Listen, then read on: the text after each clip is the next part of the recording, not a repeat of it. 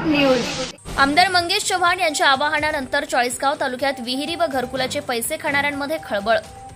चाळीसगाव तालुक्यातील ज्यांच्याकडून विहिरी व घरकुल मंजुरीसाठी पंचायत समितीचे अधिकारी कर्मचारी यांनी पैसे घेऊन फसवणूक केली असेल, त्यांनी पुढील 2 दिवसात आपली तक्रार देण्यासाठी माझ्याशी किंवा माझ्या कार्यालयाशी संपर्क साधावा। तालुक्यातील सर्व तक्रारदार शेतकऱ्यांना घेऊन संबंधित अधिकारी कर्मचारी यांच्या विरोधात गुन्हा दाखल करण्यात येईल, असे आवाहन आमदार मंगेश दादा चव्हाण यांनी 3 दिवस अगोदर केले होते। याचा धसका पंचायत समितीचे काही अधिकारी कर्मचारी व तालुक्यातील अनेक गावांमधील ठराविक पुढारी दलाल यांनी घेतला असून घरकुल व विहिरीसाठी आपण पैसे घेतले आहेत ही बाब घरकुल धारक व शेतकऱ्यांनी सांगितली तर आपल्यावर गुन्हा दाखल होईल व आपली बदनामी होईल या भीतीने संबंधित शेतकरी व घरकुल धारकांच्या विनवण्या करणे सुरू आहे।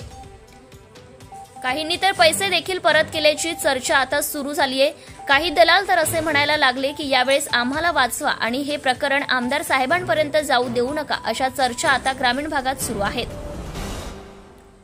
आमच्यासाठी धावून येणारा मंगेश दादा आमदार आम्हाला मिळाला आहे, आता आमची कामे बिना पैशाने होतील असे देखील अनेकांनी बोलून दाखवले आहे।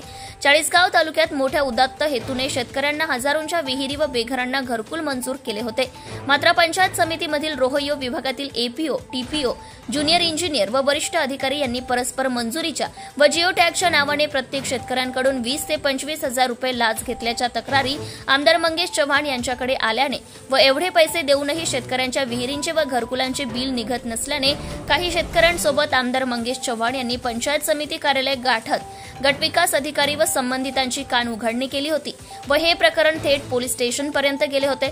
यामुळे शासकीय यंत्रणा खडबडून जागी झाली असून लोकांची रखडलेली कामे करण्यास त्यांनी सुरुवात केली आहे। Bureau report, Suryakant Kadam, Chalisgaon. Subscribe now and press the bell icon. Never miss an update.